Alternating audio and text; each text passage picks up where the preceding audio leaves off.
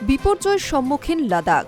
জম্মু ও কাশ্মীর এবং লাদাখের সংযোগকারী জজিলা পাসে তুষার ধসে অন্তত 7 জনের মৃত্যু হয়েছে, আহত 5।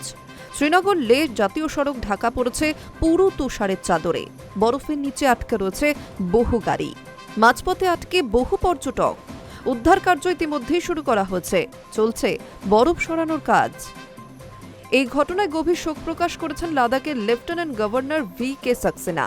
এক্স হ্যান্ডেলে তিনি জানিয়েছেন, দুর্ঘটনার খবর পাওয়ার পরই তিনি কার্গিলের DC ও SSP কে নির্দেশ দিয়েছেন দ্রুত ঘটনাস্থলে গিয়ে উদ্ধার কার্য সম্পন্ন করার। মৃতদের পরিবারকে সান্ত্বনা জানিয়েছেন কেন্দ্রীয় মন্ত্রী জিতেন্দ্র সিংও।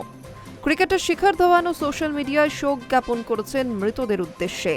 প্রসঙ্গত, NH1 নামে পরিচিত শ্রীনগর লেহ জাতীয় সড়ক এক অত্যন্ত গুরুত্বপূর্ণ পথ, যা শ্রীনগর ও লেহর মধ্যে প্রধান সংযোগ সূত্র হিসেবে কাজ করে।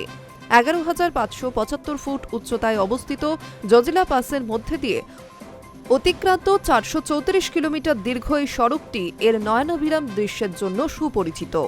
পাশাপাশি প্রবল তুষারপাতের কারণে শীতের মাসগুলিতে সড়কের এই অংশটি প্রায়শই বন্ধ রাখতে হয়। তবে এই সমস্যা সমাধানের লক্ষ্যে বর্তমানে জজিলা পাসে একটি বিশাল টানেল নির্মাণের কাজ চলছে। নির্মাণ কাজ সম্পন্ন হলে যা লাদাখ এবং ভারতের অবশিষ্ট অংশের মধ্যে একটি নিরাপদ সংযোগ স্থাপন করবে বলেই মনে করা হচ্ছে। Hi news network.